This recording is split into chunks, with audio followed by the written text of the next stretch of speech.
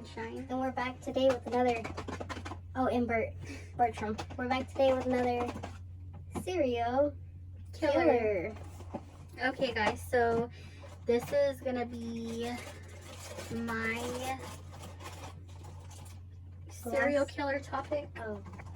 So Raven, she's just here eating, but it's okay. Today.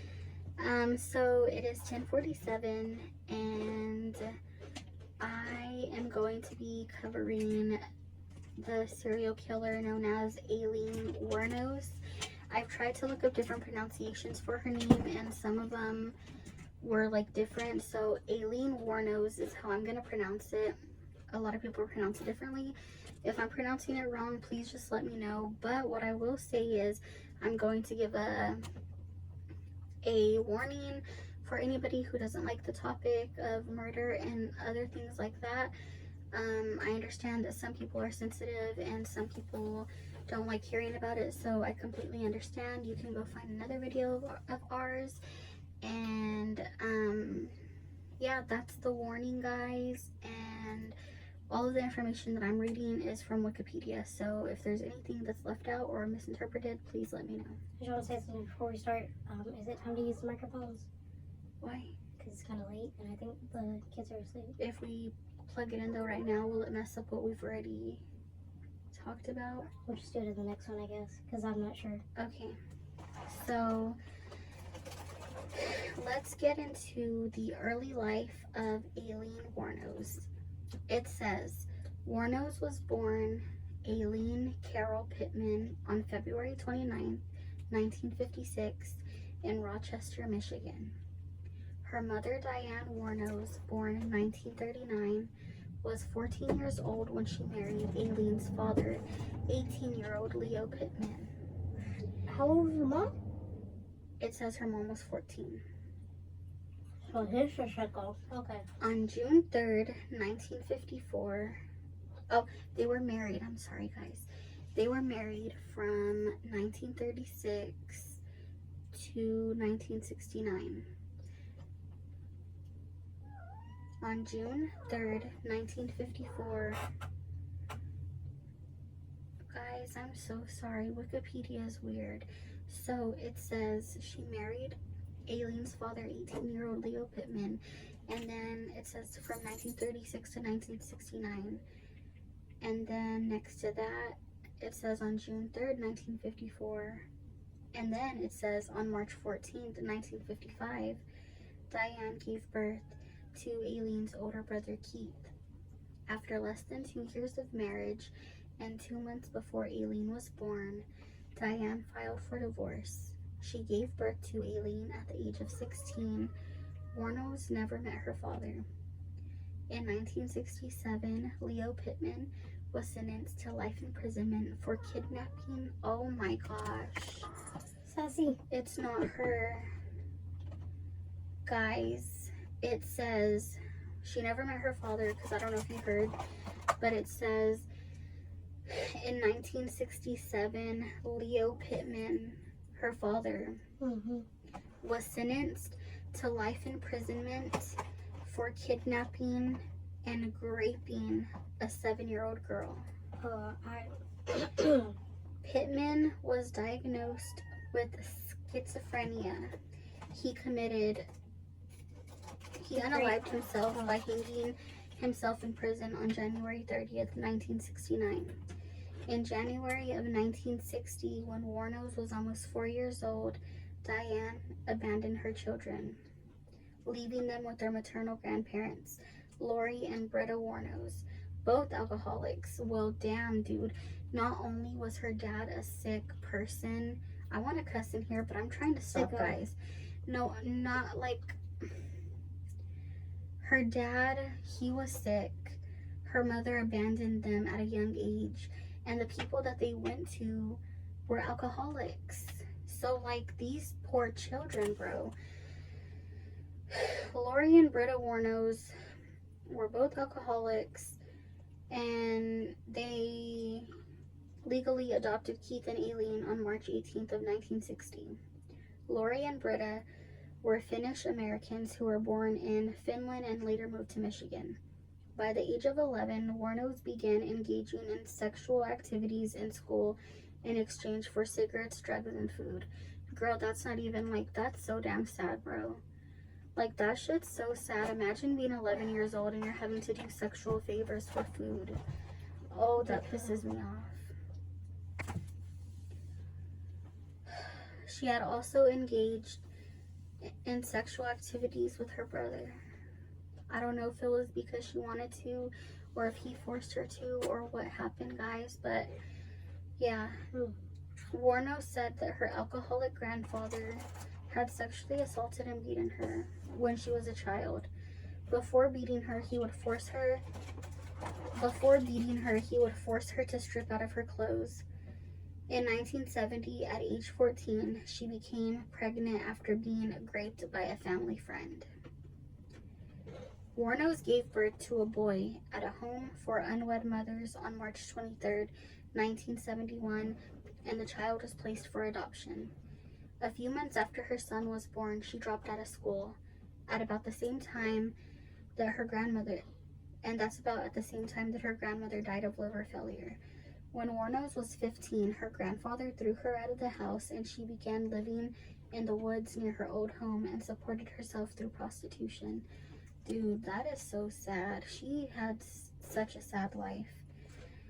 On May 27th, From a young age. 1974, at age 18, Wuarnos was arrested in Jefferson County, Colorado for driving under the influence. She had disorderly conduct and firing a .22 caliber pistol from a moving vehicle. She was later charged with failure to appear. In 1976, Wuarnos hitchhiked to Florida, where she met 69-year-old yacht club president Louis Gratz-Fell. They married quickly, and the announcement of their nuptials was printed in the local newspaper Society pages. Wuarnos continually involved herself in confrontations at their local bar and went to jail briefly for assault. She also hit Fell with his own cane, leading him to It's not funny, but damn. leading him to gain a restraining order against her within weeks of marriage. She returned to Michigan, where on July 14th, 1976, she was arrested at Bernie's Club in Mansalona, Antrim County, and charged with assault and disturbing the peace for throwing a cue ball at a bartender's head. I'm not, but like, poor girl, dude. She's really been through it. Like, somebody give her a hug. Somebody help her. On July 17th, her brother Keith died of esophageal cancer, and Wuarnos received $10,000 from his life insurance. Wuarnos and Fell annulled their marriage on July 21st after only 9 weeks. In August 1976, Wuarnos was given a $105 fine for drunk driving. She used the money inherited from her brother to pay the fine and spent the rest within 2 months buying luxuries, including a new car, which she wrecked shortly afterwards. In 1978, at the age of 22, she attempted to unalive herself by shooting herself in the stomach. Between the ages of 14 and 22, she attempted unaliving herself 6 times. On May 20th, 1981, Wuarnos was arrested in Edgewater, Florida for the armed robbery of a convenience store, where she stole $35 and 2 packs of cigarettes. She was sentenced to prison on May 4th, 1982, and released on June 30th of 1983. On May 1st, 1984, Wuarnos was arrested for attempting to pass forged checks at a bank in Key West. On November 30th, 1985, she was named as the suspect in the theft of a revolver and ammunition in Pasco County. On January 4th, 1986, Wuarnos was arrested in Miami and charged with car theft, resisting arrest, and obstruction of justice for providing identification bearing her aunt's name. Miami police officers found a .38 caliber revolver, a box of ammunition in the stolen car, and on June 2nd, 1986, Volusia County Deputy sheriffs detained Wuarnos for questioning after a male companion accused her of pulling a gun in his car and demanding $200. Wuarnos was found to be carrying spare ammunition, and police discovered a .22 pistol under the passenger seat she had occupied. In 1986, 30-year-old Wuarnos met 24-year-old Tyria Moore, a model maid at a Daytona Beach gay bar called Zodiac. They moved in together, and Wuarnos supported them with her earnings as a prostitute. On July 4th, 1987, Daytona Beach police detained Wuarnos and Moore at a bar for questioning regarding an incident in which they were accused of assault and battery with a beer bottle. On March 12th, 1988, Wuarnos accused a Daytona Beach bus driver of assault. She claimed that he pushed her off the bus following a confrontation. Moore was listed as a witness to the incident. Later at her trial, Wuarnos stated, "It was love beyond imaginable. Earthly words cannot describe how I felt about Tyria." Before her execution, Wuarnos claimed to still be in love with Moore. Now, we kind of jumped ahead at what happens to her, but we're going to get into the series of murders. So it says, Wuarnos murdered 7 men within 12 months. All the men were motorists between the ages of 40 and 65. Richard Charles Mowry, age 51, electronics store owner in Clearwater. His date of murder was November 30th, 1989. Wuarnos claimed that Mowry beat, raped, and sodomized her after he drove her to an abandoned area for sexual services. Mowry was Wuarnos' first victim, and she claimed to have killed him in self-defense later. It became known that Mowry previously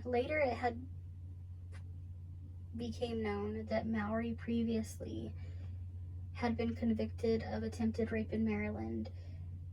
Alieen made no mention of this until she stood trial, and Moore never claimed she mentioned it to her. 2 days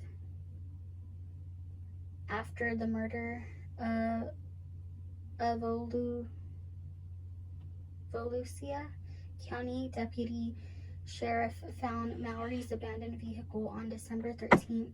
His body was found several miles away in a wooded area. He had been shot several times, and 2 bullets to the left lung were found to have been the cause of his death. David Andrew Spears, at age 47, construction worker in Winter Garden. He was a construction worker in Winter Garden, He was declared missing as of May 19th, 1990, and on June 1st, 1990, his naked body was found along US 19 in Citrus County. He had been shot 6 times with a .22 pistol. Charles Edmund Carskadon. That's weird, but I guess that's how you say it. Age 40, part-time rodeo worker.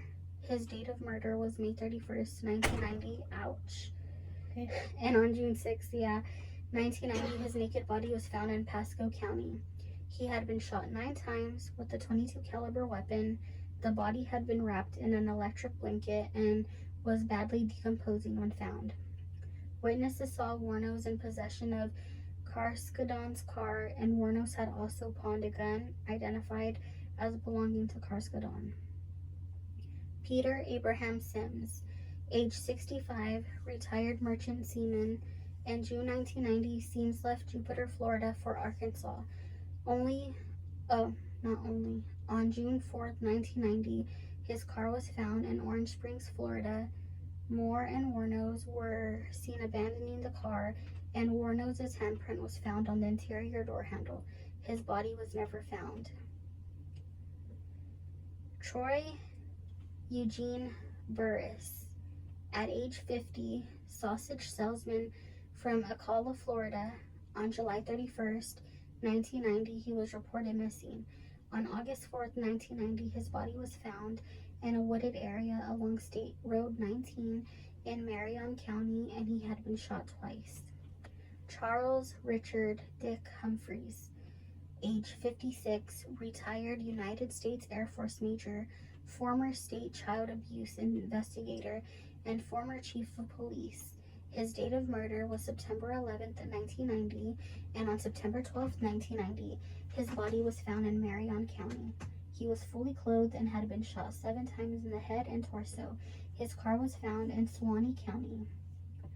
And then last but not least, Walter Gino Antonio, age 61, trucker, security guard, and reserve police officer.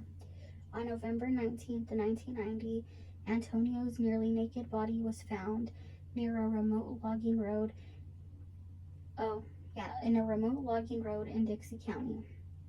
He had been shot 4 times. 5 days later, his car was found in Brevard County. Now, arrest and trial. On July 4th, 1990, wuarnos and Tyria Moore abandoned victim Peter Sim's car after they were involved in an accident. Rhonda Bailey, who witnessed the accident, provided police with a description of 2 women, which later led to a media campaign to locate them. Police also found some of the victims' belongings in pawn shops. wuarnos' fingerprints that was found on a receipt at one of the pawn shops matched the print that was left in Sim's car. wuarnos had a criminal record in Florida, and samples of her prints were in a database. On January 9th, 1991, wuarnos was arrested at the Last Resort Biker Bar in Volsea County on the pretext of an outstanding warrant in the name of Lori Grotti. Police located Moore the next day in Pittston, Pennsylvania. She agreed to elicit a confession from wuarnos in exchange for immunity from prosecution. Ain't that a bitch? Imagine being a part of the crimes, or at least knowing about the crimes, and that being your lover, and then she gets caught, you get caught, and then you're like, well, I'll give y'all a confession. Like, she basically turned on her, betrayed her. Mm-hmm. You betrayed me.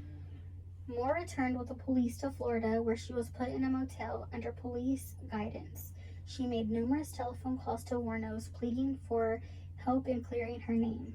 3 days later, on January 16, 1991, wuarnos confessed to the murders. She claimed the men had tried to rape her, and she killed them in self-defense. In November of 1991, wuarnos was legally adopted by a 44-year-old Alieen Prowl, within whom wuarnos had no previous contact or relation, after Prowl saw wuarnos' photo in a newspaper. That's crazy. On January 14th, 1992, wuarnos went to trial for the murder of Richard Charles Mallory. Although previous convictions are normally inadmissible in criminal trials, under Florida's William Rule, the prosecution was allowed to introduce evidence related to her other crimes to show a pattern of illegal activity. On January 27, 1992, wuarnos was convicted of Mallory's murder with help from Moore's testimony. At her sentencing, psychiatrists for the defense testified that wuarnos was mentally unstable and diagnosed her with borderline personality disorder and antisocial personality disorder. 4 days later, she was sentenced to death. wuarnos' defense made efforts during the trial to introduce evidence that Mallory was previously convicted for attempted rape in Maryland and served a sentence in a maximum security correctional facility providing remediation to sexual offenders. Records obtained from the correctional institution showed that from 1958 to 1962, Mallory was committed for treatment and observation resulting from a criminal charge of assault with intent to rape. These records also reflect 8 years of overall treatment from the facility in 1961. It was observed of Mr. Mallory that he possessed strong sociopathic trends. However, the judge refused to allow the records to be admitted in court as evidence and denied wuarnos' request for a retrial. On March 31st, 1992, no, you're good. wuarnos pleaded no contest to the murders of Charles Richard Humphreys, Troy Eugene Burris, and David Andrew Spears, saying she wanted to get right with God. Okay, in her statement to the court, she said in part, "I wanted to confess to you that Richard Mallory did violently rape me, as I've told you, but these others did not. They only began to start to. On May 15th, 1992, Wuarnos was given 3 more death sentences, and in June 1992, Wuarnos pleaded guilty to the murder of Charles Edmund Carskadon. In November 1992, she received her 5th death sentence. In February 1993, Wuarnos pleaded guilty to the murder of Walter Gino Antonio and was sentenced to death again. No charges were brought against her for the murder of Peter Abraham Sims, as his body was never found. In total, Wuarnos received 6 death sentences. Wuarnos told several inconsistent stories about the killings. She claimed initially that all 7 men had either raped her or attempted to rape her while she was working as a prostitute, but later recanted the claim of self-defense, citing robbery and a desire to leave no witness as the reason for murder. During an interview with the documentarian Nick Broomfield, when Wuarnos thought the cameras were off, she told him that it was in fact self-defense, but she could not stand being on death row where she had been for 10 years at that point and wanted to die. So she basically told them that she was ready. That's sad. Wuarnos was incarcerated at the Florida Department of Corrections Broward Correctional Institution, death row for women, then transferred to Florida State Prison for execution. Her appeal to the U.S. Supreme Court was denied in 1996. In a 2001 petition to the Florida Supreme Court, she stated her intention to dismiss her legal counsel and terminate all pending appeals. "I killed those men," she wrote, "robbed them as cold as ice, and I'd do it again too. There's no chance in keeping me alive or anything because I'd kill again. I have hate crawling through my system. I am so sick of hearing this 'she's crazy' stuff. I've been evaluated so many times. I'm competent, sane, and I'm trying to tell the truth. I'm one who seriously hates human life and would kill again." While her attorney argued that she was not mentally competent to make such a request, Wuarnos insisted that she knew what she was doing, and a court-appointed panel of psychiatrists agreed. In 2002, Wuarnos began accusing prison matrons of tainting her food with dirt, saliva, and urine. She said she had overheard conversations among prison personnel trying to get me so pushed over the brink by the time that I'd wind up committing suicide before execution, and wishing to grape me before execution. She also complained of strip searches, tight handcuffing, door kicking, frequent window checks, low water pressure, mildew on her mattress, and catcalling and distaste, and a pure hatred towards me. Wuarnos threatened to boycott showers, food trays when certain officers were on duty. "In the meantime, my stomach's growling away and I'm taking showers through the sink of my cell." Her attorney stated that Miss Wuarnos really just wanted to have proper treatment, humane treatment, until the day she's executed. He added, she believes what she's written. In the weeks before her execution, Wuarnos gave a series of interviews to documentarian Nick Broomfield and talked about being taken away to meet God and Jesus and the angels and whatever is beyond the beyond. In her final interview, she once again charged that her mind was tortured at BCI and her head crushed by sonic pressure. Food poisonings and other abuses worsened, she said. Each time she complained to make her appear insane or to drive her insane. She also turned on her interviewer, "You sabotaged my ass. Society and the cops and the system. A great woman got executed and was used for books and movies and shit." Her final on-camera words were, "Thanks a lot, society, for railroading my ass." Dawn Botkins, a childhood friend of Wuarnos, later told Broomfield that her verbal abuse was directed at society and the media in general, not at him specifically. Wuarnos' execution by lethal injection took place on October 9th of 2002. She declined her last meal, which could have been anything under $20, and opted for a cup of coffee instead. Her last words were, "Yes, I would just like to say I'm selling with The Rock, and I'll be back like Independence Day with Jesus." June 6th, like the movie, big mothership and all, I'll be back. She died at 9:47 a.m. EDT, and she was the second woman in Florida and the 10th in the United States to be executed since the 1976 United States Supreme Court decision restoring capital punishment. After her death, Wuarnos' body was cremated and Wuarnos' ashes were scattered beneath a tree in her native Michigan by Wuarnos' childhood friend Don Botkins. At Wuarnos' request, Natalie Merchant's song Carnival from the album Tiger Lily 1955 was played at her funeral. Wuarnos spent many hours listening to this album on death row. When Merchant found out about this, she gave permission to use the song in the closing credits of Nick Broomfield's documentary, Alieen, Life and Death of a Serial Killer, 2003. That's nice of the singer to do that. That is. I want to watch that now. I know. But yeah, guys, That was it? she had such a sad Okay. life, and I do not blame her for the way that, I mean, murder is murder and it's disgusting, and I would not think that that's ever okay, but like for a lot of the ways that she acted in certain situations, I don't blame her, because things like that from your childhood can greatly affect you very traumatically, especially when you don't have loved ones who care about you. And her life from the start was just like so sad. That's actually like the first time I feel sorry for somebody. You almost feel sorry for Ed, but then you're like, yeah, no, that man's a monster. Yeah. But, guys, there's a lot of things I want to say. Like, first off, she was literally a child who just needed to be protected. Like, she just needed to be loved and protected and around people who were going to do those things. And they failed her. All the adults in her young life failed her.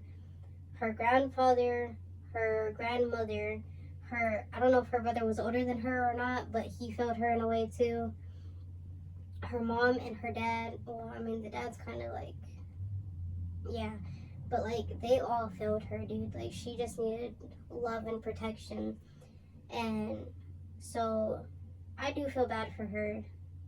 I feel like instead of them just throwing her on death row, they should have like actually like sat down and try to like figure her out and like try to like get her, you know, like know who she was and why she did these things, not just, oh, well, you're a monster, go to death. Like that, like Sunshine said, that's the first time I actually do feel like bad for somebody, because she just, guys, like, I don't know, like, murder is murder, and she shouldn't have done those things. She should have found a healthier alternative to like how she was feeling. But even she said it herself that she had hate in her blood, like she was just ready to go. And it's like, I think if a lot of the events in her childhood wouldn't have happened, she would not have grown up to be the person that she grew up to be. She could have actually did something good with her life. She could have been anything she wanted to. She could have been a well-off, educated woman who, you know, followed her dreams and everything. But since a lot of people just like failed her and like did traumatic things to her, like she grew up to be, I don't even want to say a monster. She grew up to be someone who was full of pain and hurt, and she coped with that by hurting others, which should she have done? No. Like I said, she should have found something healthier to do and stuff, but she was just a child who needed love. Like, her dad was a monster, her mother didn't care, her grandparents hardly took care of them and were both alcoholics. Her grandfather raped her, got her pregnant at 14, and her brother did stuff sexually with her as well. Like, that. And at 11, she was selling, dude, and at 11, she was selling herself for cigarettes and food.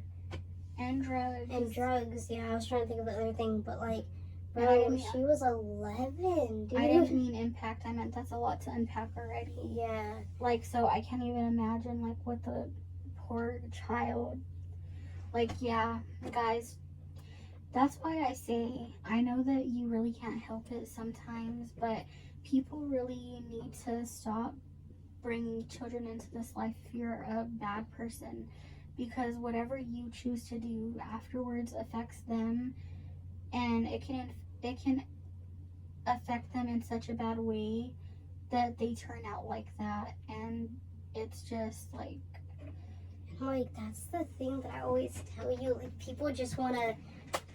And that was the first mistake too. Her mom was 14 and he was 18.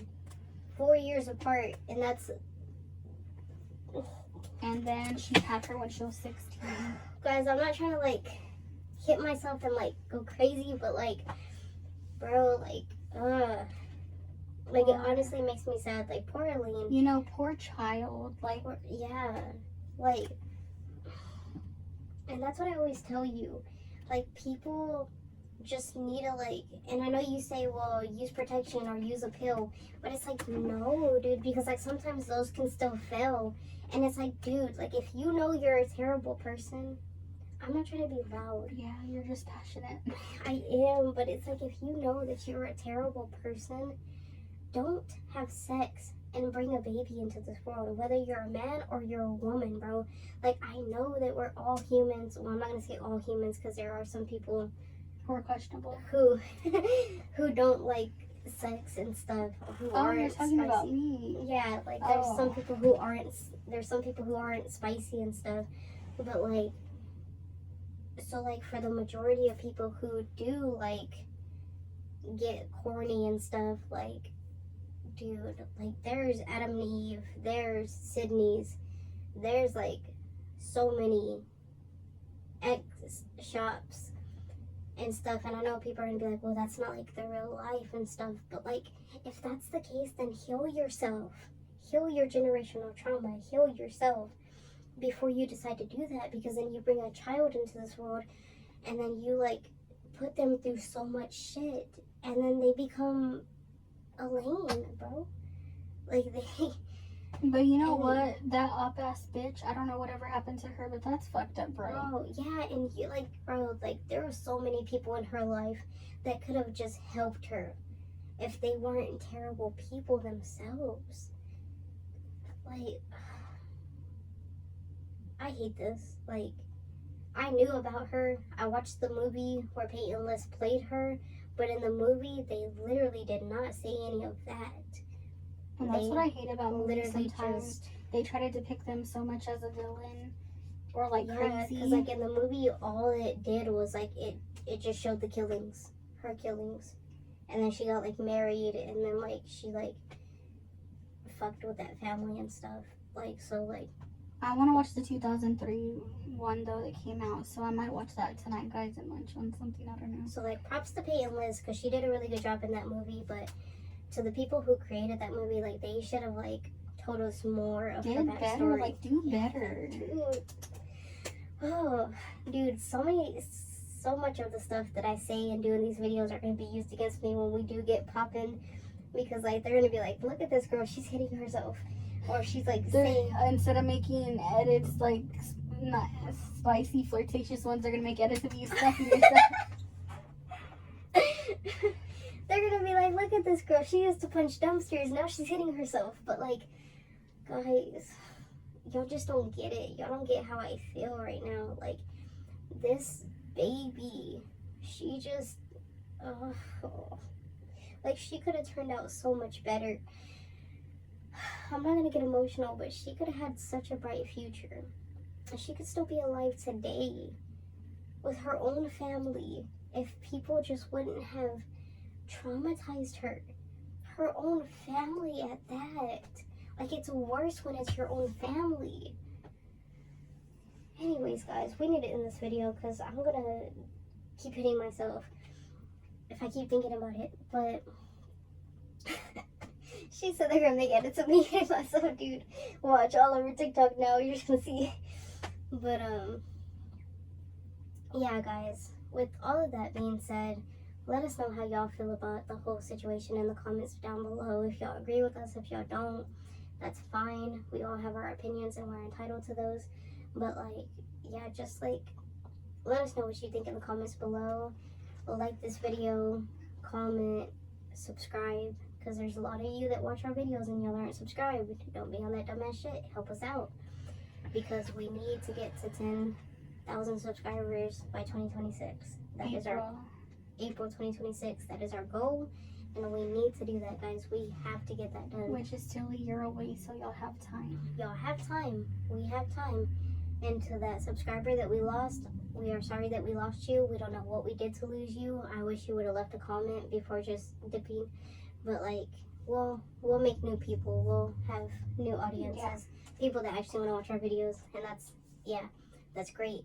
But yeah, help us reach that goal. And with much peace and unconditional love, we'll see you guys in the next video. Bye. We love y'all. Bye. Thank you. Cruising down the highway, windows down low. Sunset paints the sky in a fiery glow.